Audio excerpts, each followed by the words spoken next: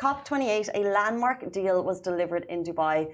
So yesterday, I'm sure you guys have seen the videos. It's all over international news. Crowds at COP28 broke into applause when 200 countries agreed to begin reducing global consumption of fossil fuels, which could lead to the eventual end of the oil age. We acted, we united, we delivered. COP28 President Dr. Sultan Al-Jaber delivered his closing remarks yesterday while adding a cautionary note. He highlighted the achievements. He said through collaboration, we operationalized loss and damage and started to fulfill the fund. We mobilized more than $85 billion in new financial commitments. We launched Altera, the world's largest catalytic private investor that is 100% focused on solutions to climate change. And we delivered world first after world first. He continued, saying a global goal to triple renewables and double energy efficiency, declarations and agriculture, food and health as well. Many more oil and gas companies stepping up for the first time on methane and emissions.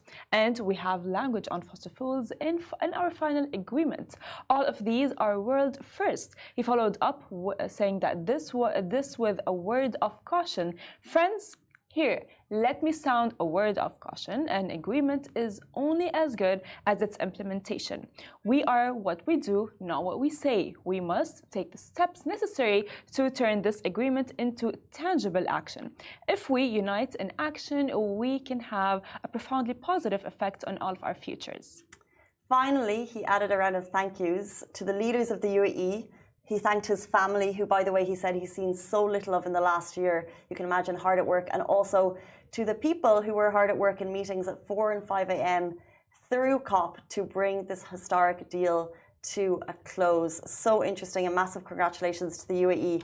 As you said, this means could signal the end of the oil age when 200 countries came together. And that's why after such hard negotiations from 200 countries, we saw people just probably looking a little bit tired, but just so happy to be able to bring this news to a close at COP. I mean, honestly, I think it's about time that we take climate change and our Earth into consideration, because this is where we're going to be living for forever. And if you don't want, as well, the more that we don't care, the more that we are not putting effort to actually have this problem solved, the more that, it will get hotter and it will not be good for the environment.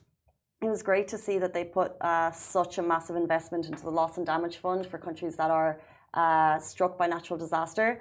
But I think that the key headlines are also, first of all, major announcements by COP28. It's the first time they brought fossil fuels to the fore. However, and I think this is obviously part of the cautionary note that you said, was that, look, we need to see the action. We can all agree on this.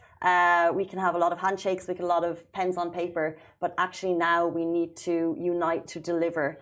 So hopefully this is the beginning, and hopefully this is the beginning of something great. Exactly. I mean, honestly, as you just said, is that, they can just this is all words right now. So let's see the actions, how it's going to be. Let's see from, as they say, I think maybe 2030, how it's going to be.